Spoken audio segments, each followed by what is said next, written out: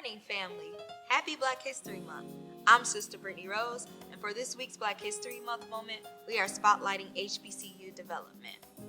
This moment not only gives me an opportunity to pay homage to me and First Lady Park's favorite show, A Different World, but it also allows me to acknowledge the significance and birth of Black institutions. The producers of the 90s sitcom A Different World wanted to challenge the negative depiction of Black people on television, so they created a show to showcase Black educated individuals in hopes to encourage Black youth to attend Black colleges. So how did we get Black colleges in the first place? So glad you asked. Historically, Black colleges and universities are a direct response to racial discrimination. After the Civil War, the Southern states prohibited Black people from receiving an education. Although it was not prohibited in the North, an educated Negro was highly frowned upon. So much so that many Black Americans were denied acceptance into predominantly white institutions. It was common for a well-qualified Black candidate to be accepted into a white institution because of their merit, and then immediately rejected when they showed up for the interview. But it was okay, because when one door closed, an entire building opened. Cheyney University of Pennsylvania is the oldest historically Black college in the United States. It was founded by Richard Humphreys in 1837. The school was originally named the Institute for Colored Youth. Today, we see the vast majority of HBCUs are located in the South, but did you know that some of the first HBCUs were established there in the North? These institutions were not only developed to provide a post-secondary education, but also a primary and secondary education. Remember, Black people were not allowed to get an education in white schools. Therefore, the goal was to teach former slaves so they can teach other Black people, and so on. They literally educated each other. Black churches and associations played a huge role in funding HBCUs.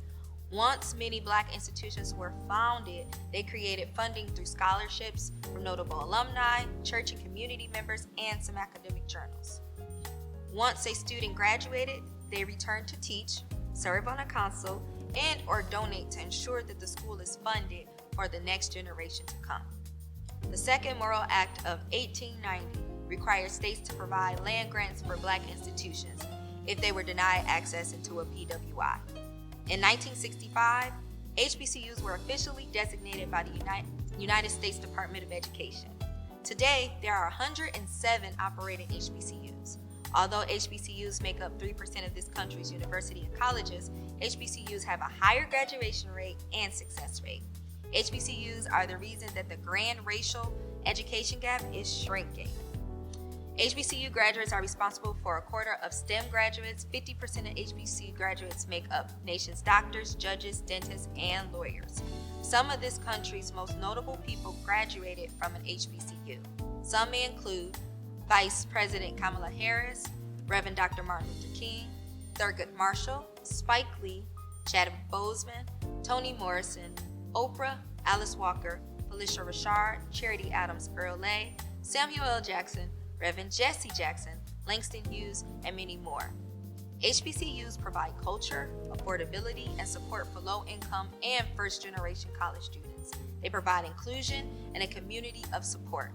Students that graduate from HBCUs tend to describe their experience as meaningful and unique. It's truly a different world. So again, my name is Sister Brittaneyrose, and thank you for allowing me to shine some light. God bless.